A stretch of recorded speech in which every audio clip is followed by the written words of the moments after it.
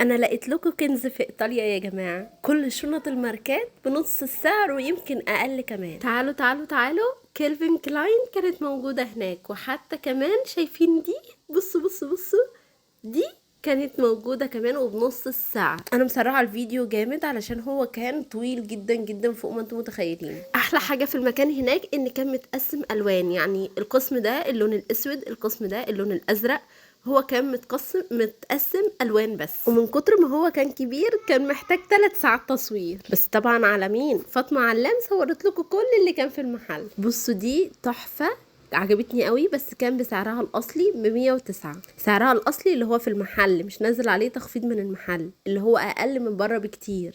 شايفين دي ب32 يورو. الفيديو هينزل لكم كامل على اليوتيوب حوالي 13-14 دقيقة، فاتفرجوا عليه كامل على اليوتيوب. ولو حابين تعرفوا ايه اللي موجود في ايطاليا وازاي تشتروا الحاجات وايه الحاجات التخفيضات وايه الحاجات اللي نازله دلوقتي موضه وايه الحاجات اللي موجوده هنا في ميلانو، تابعوني عشان هعرفكم على كل الحاجات دي. كده بقى قربنا خلاص نخلص اللون الاسود، بس كنت لازم اوريكم لمحه بسيطه عن الحاجات اللي موجوده. ما اقدرش امشي يا جماعه غير بالحزام بتاع مودي. شكلنا لسه لينا خطوات كمان في الاسود، بس شايفين دي برضو كانت ب109 بسعرها الاصلي في المحل. اخيرا جينا للون البني. شايفين القمر دي؟ ولا دي كمان كل الاشكال والالوان كل الاحجام كانت موجوده هناك. انا عارفه ان انتوا عندكم فضول تعرفوا مين اللي ورا الكاميرا ومين اللي بتصور ومين الصوت ده، بس بما اننا بنتفرج عن الحاجات اللي موجوده في المحل فما يمنعش ان احنا نتكلم مع بعضينا شويه. بس دي تحفه تحفه تحفه تحفه، كانت عليها برضو 50% خصم. تعالوا بقى، انا يا جماعه فاطمه علام، عايشه هنا في ميلانو بقالي حوالي 15 سنه. انا اتجوزت هنا في ايطاليا، يعني ما اتجوزتش في مصر، وفرحي برضو كان في ايطاليا، واتجوزت عن طريق القنصليه، يعني عملنا الكتب الكتاب في القنصليه وبعد كده عملناه في المسجد. الحمد لله انا دلوقتي عندي مودي عنده حوالي 3 سنين. انا وجوزي كنا مختلفين من البلاد، يعني انا من المنوفيه وجوزي من الشرقيه. نزلت اجازه مصر مرتين 2 بس، ودول هما المرتين الوحيدين اللي نزلتهم بعد الجواز، بس دول من احلى المرتين اللي نزلتهم في حياتي، لان زي ما قلت لكم انا اهلي من المنوفيه واهل جوزي من الشرقيه، فكنا هنا وهناك، فتعرفت على ناس جديده، تعرفت على تقاليد جديده، حبيت على فكره عيشتهم قوي وحبيت العيشة هناك. قولولي انتوا بقى عايشين فين هنا في ايطاليا وعايشين فين هناك في مصر، ويا رب تكونوا جيران معايا يا جماعة.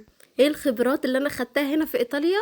ان انا معرفتش اعمل صحاب بصراحة، يعني معرفتش يكون ليا اصحاب ونروح ونيجي، لا دي معرفتش خالص اعملها. يمكن دي مشكلة اصلا الجيل اللي موجود هنا، ان معظمنا انطوائي اكتر، ما يعرفش ان هو لينا اصحاب نخرج ونروح ونيجي. لا مش كلنا، بس انا بقول معظمنا. كانت صاحبتي الوحيدة هي ماما الله يرحمها، وماتت في شهر 11، ومن بعدها ما عرفتش حتى يكون عندي حد ان انا ممكن اتكلم معاه او اروح او اجي او كده، لا ما عرفتش خالص. ايوه عندي فوق ال200,000 متابع، بس ما اعرفش اي حد فيهم خالص، وما عنديش صداقات مع اي حد ايا كان هو موجود عندي. حاولت كمان اعمل لكم جروب على الواتساب للستات، بس ان احنا نتكلم مع بعض لو في مشاكل، لو في اي حاجة. حتى يعني انا كان عندي مشكلة وعرضتها قبل كده، يعني ان احنا نتكلم مع بعض، بس بصراحة ما عنديش برضو حتة ان انا عارفة ان انا اكون اصحاب من حتى السوشيال ميديا. يمكن انشغالي في بيتي وعيالي وفي حياتي هو اللي شغلني اكتر عن اني اعمل صحاب او يكون ليا حد. نرجع بقى لكلامنا عشان انا دوشتكم معايا.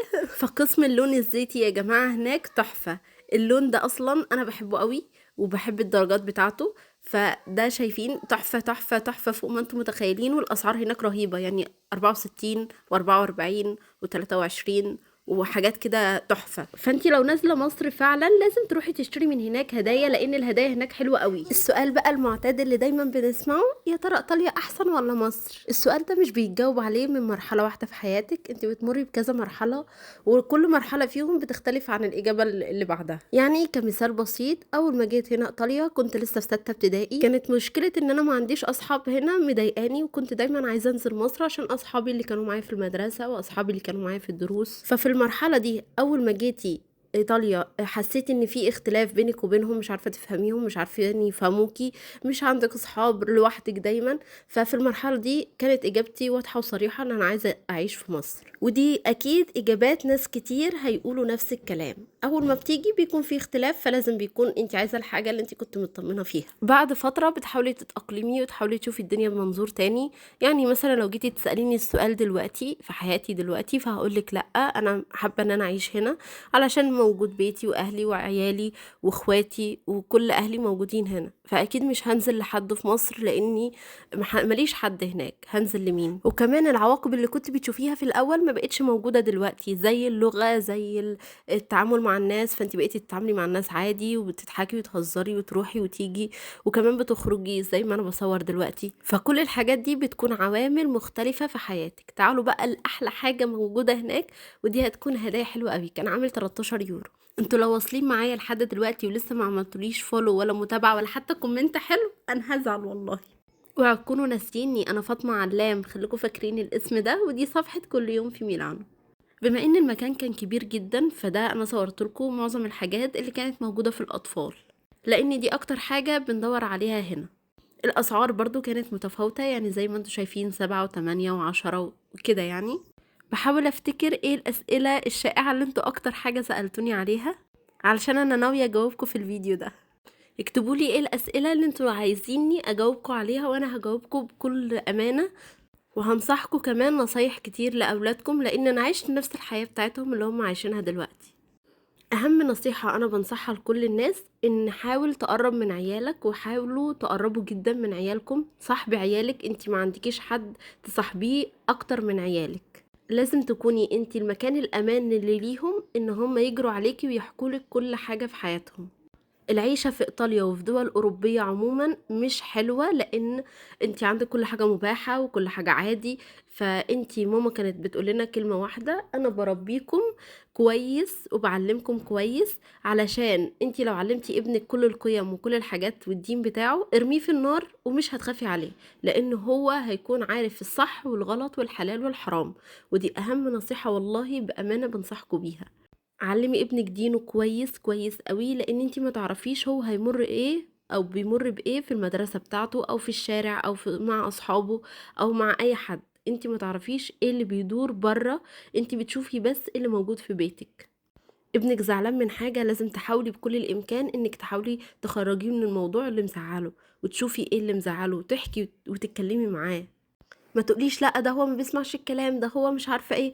كل الحاجات ديت يا جماعه والله هتجيب بالسلب عليكم بعد كده. انتي ما عندكيش اغلى من عيالك، لا تقولي لي اصحاب ولا تقولي لي اهل ولا تقولي لي حتى جوز ولا تقولي لي اي حد. عيالك ثم عيالك ثم عيالك. وربنا يهدلكوا اولادكم جميعا. وبعدين في سن المراهقه بيكون اصلا كده كده هو عايز يكون ليه شخصيته وليه قراراته، فنديهم المساحه دي ونحاول ان احنا نكون قريبين منهم في مرحله زي دي. شايفين المكان قد ايه كبير؟ انا صورت لكم عشان اوريكم قد ايه كبير قوي، فانا ما كنتش هقدر ان انا اصور كل الحاجات بصراحه. اللبس بقى لينا احنا كده اللي هو حريمي وبناتي وكده ما عجبنيش خالص خالص، عشان كده ما صورتوش اصلا، لان ما كانش فيه حاجه هناك شداني وعجباني. شايفين كل الحاجات يعني استغفر الله العظيم ما عجبتنيش والله، مش عارفه ليه. يعني يمكن الاشكال هناك كانت محطوطه على بعضها، فده مدي احساس ان الحاجه مش حلوه. بس ما حاولتش ان انا امسكها اصلا، وكان مودي عمال يزن ويعيط، فكان خلاص هو فصل. يعني مشي معايا كتير. انا قلت لكم انا ماسكاه في ايدي على طول. ويا جماعه الحزام اللي موجود في ايدي ده، ايوه انا ببيعه، وده احسن حاجه ممكن تستثمري فيها، انك تمسكي فيها ابنك. ما عنديش اي اعتراض ان حد يعترضني او ان حد ينتقدني في اني ماسكه ابني كده، بس ما حدش هيجي ينتقدني ولا يزعق لي وانا ابني ضايع ويعني او اتعور او حصل له اي حاجه. فلا، الحزام فعلا مفيد جدا. وفي كمان توصيل هنا في ميلانو، يعني انا ممكن اوصلك في اي مكان على المترو، او كمان شحن، يعني ممكن اشحنهولك عن طريق البوسطة. فما شاء الله في ظرف يوم واحد، انا عرضته امبارح، وفي ظرف يوم واحد كانت الكمية اللي عندي كلها الحمد لله الحمد لله خلصت، وطلبت طلبية وان شاء الله هتيجي النهاردة.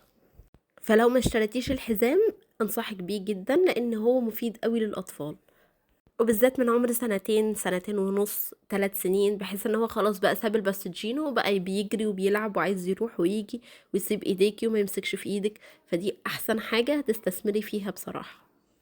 انا صورت لكم الحاجات برضو اللي موجودة هناك، كانت حوالي ب10 15 12 7 كمان في 4، فهو كان في أسعار حلوة قوي هناك، وفي أسعار لأ ممكن تكون مبالغ فيها أكتر. يعني درس مثلا أطفال كان عامل حوالي 54 يورو. كان غالي. انما في حاجات تانية كان نازل عليها فعلا تخفيض حلو، يعني دي كانت عاملة 11 يورو، دي كانت حلوة جدا. لو انت هتولدي في الشتاء مثلا او في الخريف او كده، فانصحك انك تروحي تجيبي الحاجات دي من هناك. الفيديو انا طولته عليكم جدا جدا جدا، بس انا والله اسفه. بس انا هقطعه لكم مقاطع كده وانزله لكم على الفيسبوك. شايفين الحزام تحفه، ماسك في ايدي دايما وما بيسيبنيش خالص، وكمان ليه قفل كده بيتقفل، ومفتاح بيكون في ايديكي انتي وبس. فلو عايزه تطلبي الحزام هحط لك الرقم بتاع التواصل عشان تطلبيه من على الواتساب. انا ما بردش على اي مكالمات، انا برد على رسائل الواتساب بس. دي البدلة كانت عاملة 15 يورو. انا عارفة انكم زهقتوا مني، وانا اصلا صوتي كمان وجعني. اكتبولي لو عايزين تعرفوا ايه تاني عن فاطمة علام الشخص المجهول، وايه كمان اللي عايزين تعرفوه نصايح عن هنا في ايطاليا، بما اني انا عشت هنا وعارفة التفاصيل بتاعت هنا، ويمكن تفاصيل الاولاد والمدارس والحاجات اللي بتحصل دي انا عشتها اصلا.